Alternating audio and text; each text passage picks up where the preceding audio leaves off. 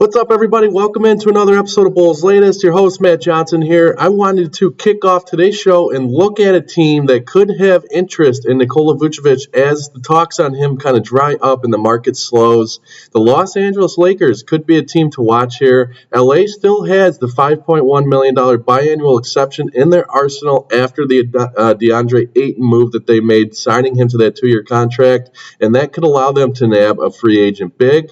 Nikola Vucevic would fit that. And here's a deal that I kind of wanted to look at in terms of how this could come together for both sides. A trade including Jared Vanderbilt, who is at $11.5 million in terms of his salary there, and Gabe Vincent, another $11.5 million player for Vucevic, is financially satisfactory. Maxi Kleber is also another name to watch here. He comes in at $11 million. Vincent is off the books after next season, as well as Kleber, so the more valuable, versatile defender in Jared Vanderbilt still has 3 more seasons at roughly $37 million. So Vanderbilt is tied up in that contract that he's on for 3 more years for a lot more money. He'd be a little more difficult. Vanderbilt provides a much different dimension as a rugged defender and a small ball 5, but after signing Ayton and then re-signing Jackson Hayes, which the Lakers just did, acquiring Vucevic isn't exactly a necessity for them. It'd be more of a luxury to play a pick and pop partner to Luka Doncic and LeBron James. So I just think if you're the Lakers, a team in desperation mode, rostering a soon-to-be 41-year-old LeBron James, anything and everything should be on the table for you if you're the Lakers, including a worthwhile trade for an undervalued player in Nikola Vucevic, who just averaged 18.5 points a game to go along with 10.1 rebounds a game just a year ago. So I think if you're the Lakers, it's worth looking at. If you're the Bulls, it gets kind of tricky because you don't necessarily need to take on the money that Jared Vanderbilt brings, but Gabe Vincent and Maxi Kleber would be 1-year guys. You bring them in and then kind of move on from them if you so choose to do.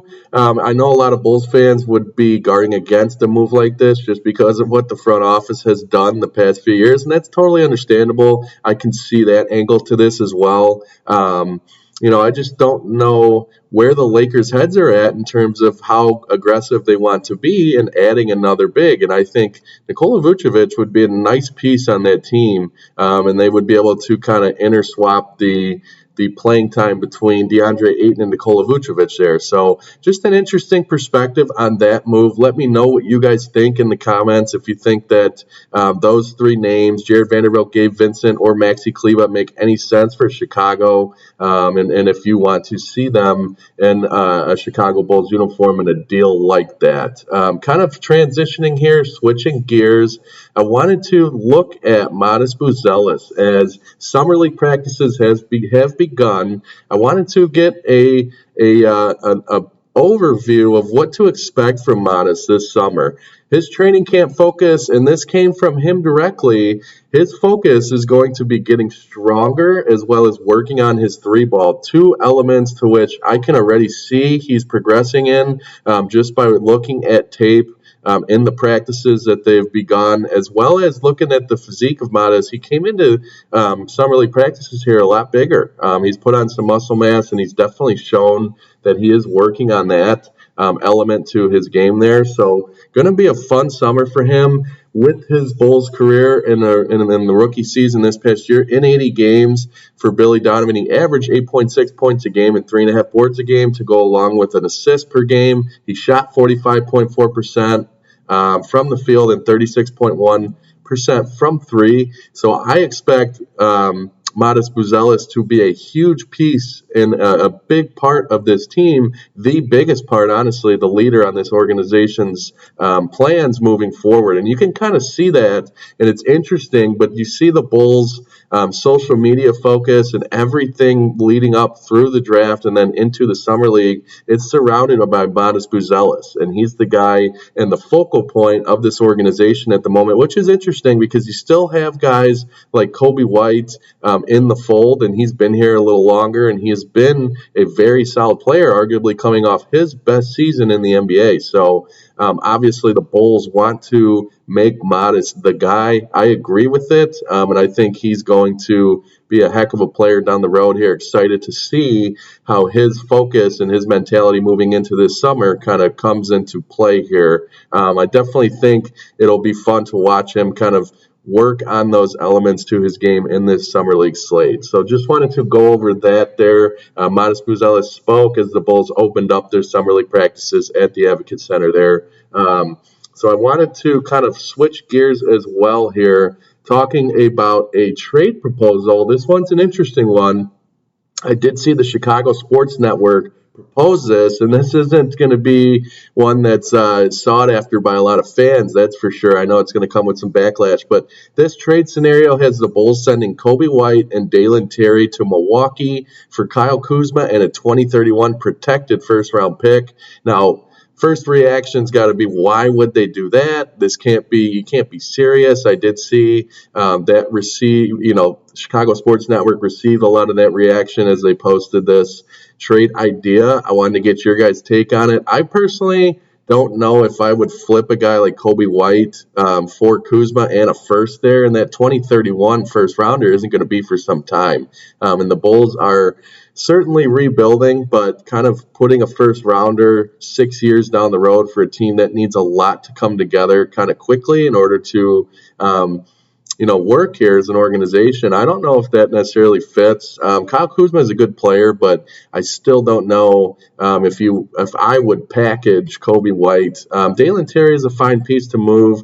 He hasn't really come along as much as Bulls fans had hoped. He's been a disappointing piece for Chicago. I expected Dalen Terry to be further along at this point in his career and be more of an impact player for this team. That hasn't happened. Hopefully he can kind of continue to develop moving into this season, but I just thought that was an interesting trade to look at there. I think Kyle Kuzma offers a lot of upside, but I don't know if he necessarily fits into what Chicago is trying to do moving forward. So let me know your guys' thoughts on that one. I can kind of anticipate what the mood around that trade is going to be, but let me know. I'd be interested to hear your guys' take on that as well. Overall, I just wanted to take a look at some of the other stuff going around and happening in the league. We did have a big deal go down yesterday, a couple of them actually. The Magic and star player Paolo Banchero have agreed to a 5-year max rookie contract extension that could reach up to $287 million. So this deal includes a player option. It's the first for a rookie since Luka Doncic and Trae Young did so in 2021. Paolo Banchero is a generational player. I think he's a very special talent. Orlando has shown a lot of promise moving forward. They have a lot of young talent there. That's a team that I've expressed my interest in the Bulls following the blueprint that they've gone and put together their organization by. I think the Bulls would be very well served to do the same and kind of follow that trend there and how they've kind of articulated and constructed their roster. So a solid deal there for the Magic. Kyle Lowry has signed a 1-year deal to stay with his hometown's Philadelphia 76ers, so they keep the veteran around for another year. Just a note there, the Clippers, Jazz, and Heat, and this was the big trade that went down yesterday. I just want to go over this quickly. Norman Powell has been sent to the Miami Heat, John Collins to the Los Angeles Clippers, and Kevin Love, Kyle Anderson, and a 2027 Clippers second-round pick has been flipped to the Utah Jazz.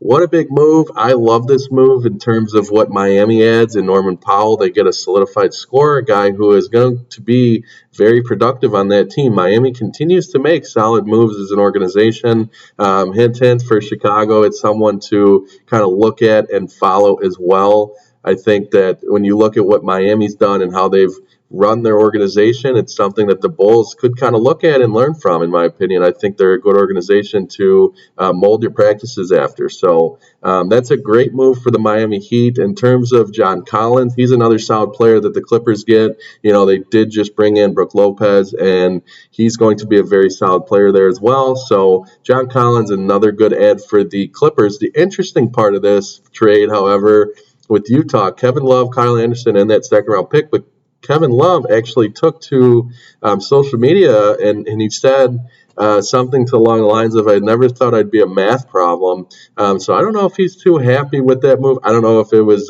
satire, if he was just trying to be funny, but Kevin Love certainly kind of noticing how the trajectory on his career has turned, and how he's included in a 3-team deal, and how he never really foresaw this happening at this point in his career as a former NBA champion and a superstar player for a long time in this league. So an interesting move there, a big one, the biggest one yesterday, along with Paolo Banchero. But overall, we don't have too much happening in terms of the Chicago Bulls right now. We have the Summer League slate kicking off on Friday. We'll continue to look at the updates on Josh Giddey. Those talks continue to be ongoing, and the rumors are that the Bulls are not willing to jump at something very quickly here. They're going to play the waiting game. Many say that this is due to them learning their lesson from Patrick Williams, as I've talked about. I think it's a good thing Chicago's taking this approach. He's not going anywhere. Brooklyn has run out of financials to go and pay him that big deal. So we'll keep an eye on that. Nikola Vucevic, the speculation is going to continue. There are going to be new teams that are rumored in kind of making a play on him, the newest one being the Lakers. I know we talked about the Pistons. They also make a lot of sense, but we'll continue to watch for Vooch there. And I'm excited about this Modest Buzelis trajectory here moving into the Summer League. I think you're going to see a big leap out of him in this next season. I think he's going to become the focal point and the true leader on this team, and the numbers are going to show. I think the increase in productivity is right there for Modest Buzelis. So overall, I want to thank you guys for joining me on another episode of Bulls Latest today, and we will see you guys tomorrow.